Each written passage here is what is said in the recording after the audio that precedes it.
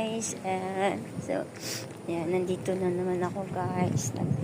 Nag-pray ako kasi maaga naman yung ano namin natapos yung aming mga nilalakad. And ayun guys, nag-pray ako dito.